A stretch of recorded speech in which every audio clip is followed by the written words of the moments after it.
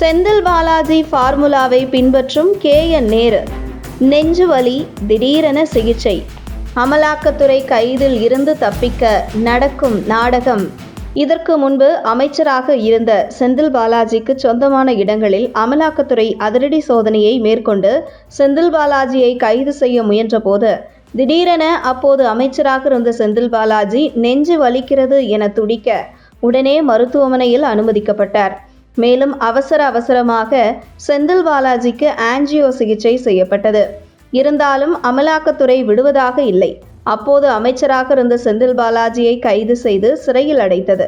சுமார் 1.5 வருடம் போராட்டத்திற்கு பின்பு சிறையில் இருந்து வெளியே வந்தார் செந்தில் பாலாஜி.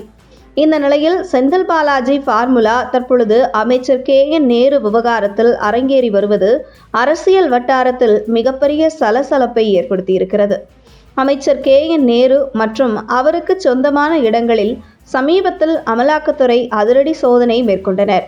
இந்த சோதனையில் அமைச்சர் நேரு துறை சார்ந்த வேலை வாய்ப்புக்காக 25 லட்சம் ரூபாய் முதல் 35 லட்சம் ரூபாய் வரை லஞ்சம் வசூலிக்கப்பட்டுள்ளது.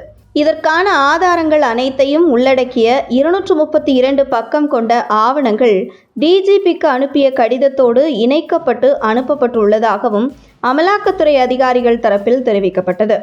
மேலும் இது தொடர்பாக சட்ட ரீதியான நடவடிக்கையை தொடங்குமாறு அமலாக்கத்துறை தமிழக காவல்துறைக்கு கடிதம் அனுப்பியது.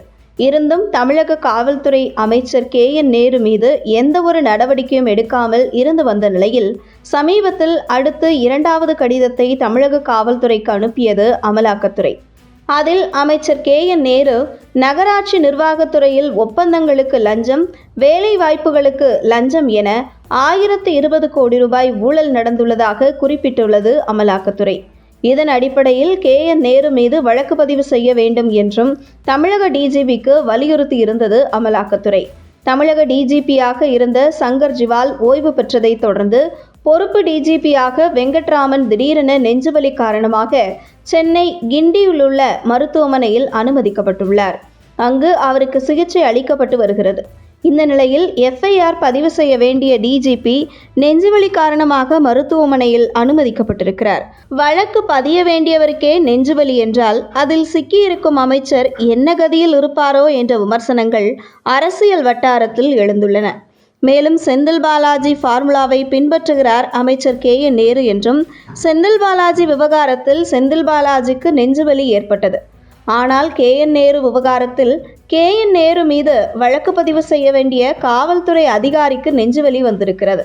இருந்தும் அமைச்சர் நேருவுக்கு அமலாக்கத்துறை நெருக்கடி இன்னும் அதிகரிக்கும் போது செந்தில் பாலாஜி போன்று வரும் நெஞ்சுவலி என்று திடீரென மருத்துவமனையில் அனுமதிக்கப்படுவாரா என்கிற விமர்சனம் அரசியல் வட்டாரத்தில் ஒரு பக்கம் அனல் பறந்து வருகிறது.